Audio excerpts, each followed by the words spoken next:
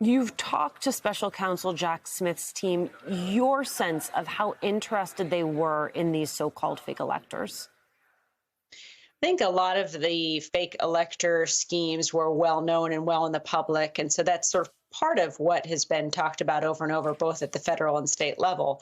But more than that, a lot of our story in Michigan includes not just that attempt to overturn the election results, but the ways in which the lies and the misinformation led to threats and violence against officials in our state, including myself and other local clerks all across Michigan, which also you could argue was a precursor for what we saw unfold in the Capitol on January 6th. So from my understanding, it's a broad investigation into all the ways in which democracy was attempted to be undone and the violence that followed in 2020. And in my view, again, this is critical because this was an unprecedented effort to nullify the will of the voters, not just in Michigan, but nationally, simply because people didn't like the results. And that effort cannot stand. And if we don't take a step towards seeking accountability at every level, local, state, and federal now, we have to expect a repeat of those attempts in the future and a proliferation of them. Secretary Benson, one of the reasons I wanted to talk to you is because part of the effort we see from AG Nessel is about accountability in the interest of making sure that this never happens again. You, as Secretary of State, you are running elections. It is a clear top priority. What are you doing right now proactively to make sure that the 2024 election in your state runs smoothly? A couple of things. I mean, one, we're building off of what we've already learned, not just in 2020, but in 2022, to protect against and prepare for the tactics that have been employed in the past to not just interfere with the certification and electoral process, but interfere with the counting process, interfere through acts of intimidation or subversion with the actual voting process. So we've got a lot of plans in place that build on what we've done successfully in 2020 and 2022, working with law enforcement, developing a rapid response plan with our clerks, and also working with our pro-democracy legislature to pass laws banning intimidation, to pass a Voting Rights Act for the state of Michigan that would give us the ability to protect voters from intimidation and ban deceptive practices, the intentional lying of voters about their rights and interfering with their process.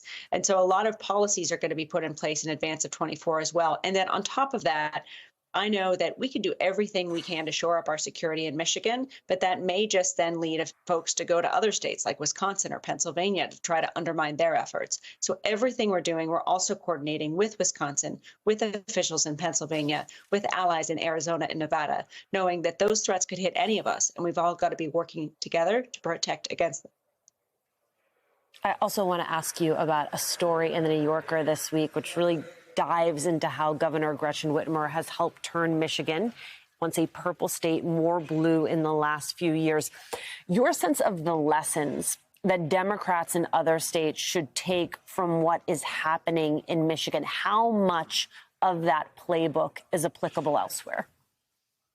The lesson is to listen to the voters. And certainly electing women is part of our success story as well, and women leading Michigan in every way.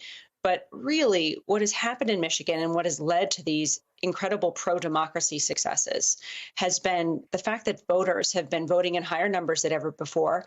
And related to that, voters have put themselves in charge of drawing our congressional and legislative districts, leading to a legislature that truly reflects the will of the voters, not elected through gerrymandered districts, but elected through people-drawn districts.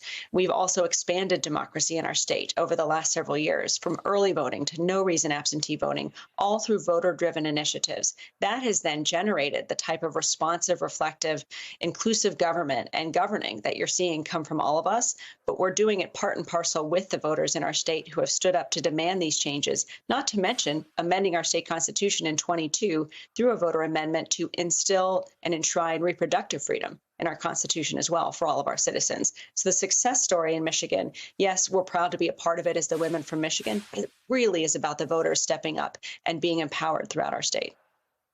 Michigan Secretary of State Jocelyn Benson, as always, thank you so much for the time.